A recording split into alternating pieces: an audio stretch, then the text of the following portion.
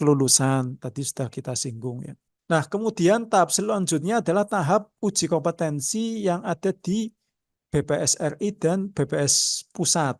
Nah, untuk BPS pusat itu biasanya untuk teman-teman yang berada di ini ya, instansi pusat, berada di instansi pusat, kemudian untuk yang BPS provinsi, ini teman-teman yang instansi pusat yang ditempatkan di kantor regional atau di provinsi. Kemudian untuk teman-teman Pemda juga nanti di provinsi.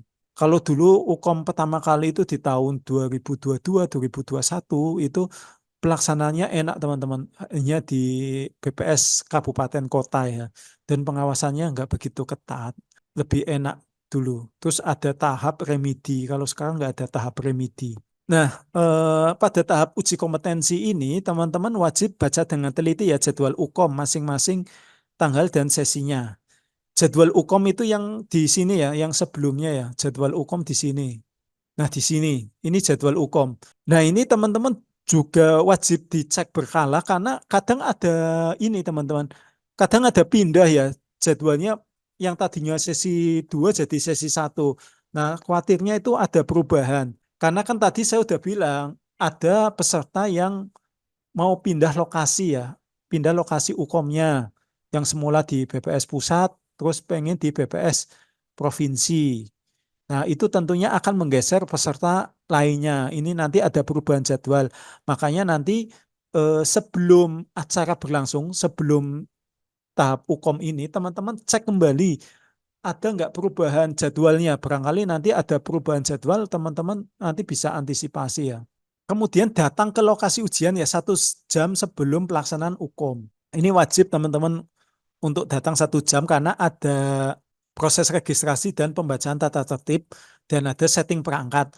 Terutama ada yang di BPS provinsi itu ada komputer yang mungkin antisipasi ya kalau ada komputer yang ada di BPS nanti teman-teman biasanya diwajibkan untuk bawa laptop cadangan. Terus ini yang sering ditanyakan pakaian yang digunakan apa?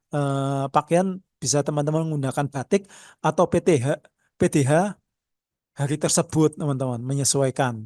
Kalau yang di dinas perhubungan ya bisa pakai pakaian dinas perhubungan Satpol PP ya Satpol PP nggak masalah teman-teman. Tapi biasanya biar netral rata-rata yang datang ke sana itu pakaian yang digunakan batik ya teman-teman ya. Nah di soal uji kompetensi Pranata Komuter maupun statistisi ini nantinya ada 3 jenis soal. Soal yang pertama yaitu soal teknis pilihan ganda, kemudian soal teknis esai, dan soal mansoskul. Untuk soal teknis pilihan ganda ini jumlahnya ada 50 soal, waktunya 60 menit. Untuk soal esai ini teman-teman nanti disediakan 3 jenis soal, namun yang wajib dikerjakan hanya 2.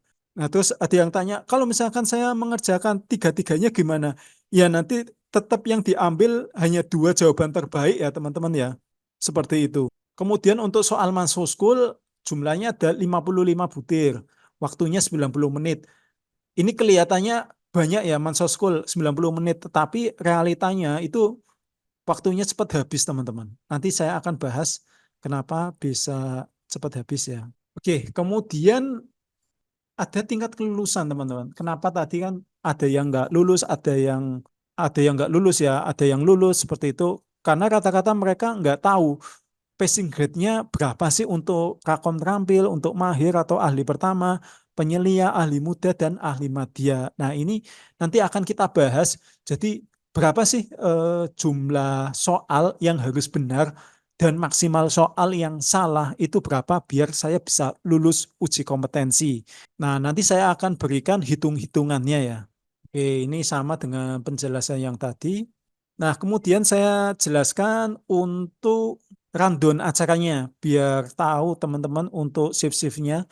Untuk shift pagi itu dimulai jam 7.30 sampai dengan jam 12. Sementara untuk shift 2, shift siang itu jam 12.30 sampai dengan jam 17. Nah, untuk shift pagi ini nanti ya tertulis di undangan itu jam 8.30 sampai dengan jam 12 ya. Nanti teman-teman realitanya itu jam 7.30 sampai jam 8 itu dipakai untuk registrasi dan pembacaan tata tertib serta setting perangkat. Nah, kemudian dilanjutkan dengan uji kompetensi teknis pilihan ganda 1 jam, kemudian ada uji kompetensi teknis esai 30 menit. Kemudian habis itu istirahat hanya 15 menit.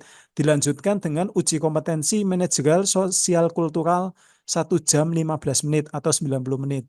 Nah, teman-teman yang shift 2 siang itu juga dimulai jam 12.30 sampai dengan 13.00.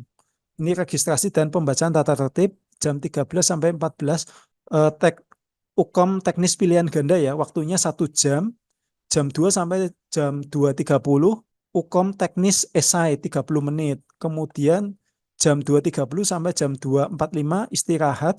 Jam 2.45 sampai jam 17 ini uji Command School, teman-teman. 1 jam 15 menit. Nah, ini yang teman-teman wajib perhatikan bagi teman-teman yang berada di luar kota. Sebaiknya bisa menginap dulu ya di sekitar lokasi ujian.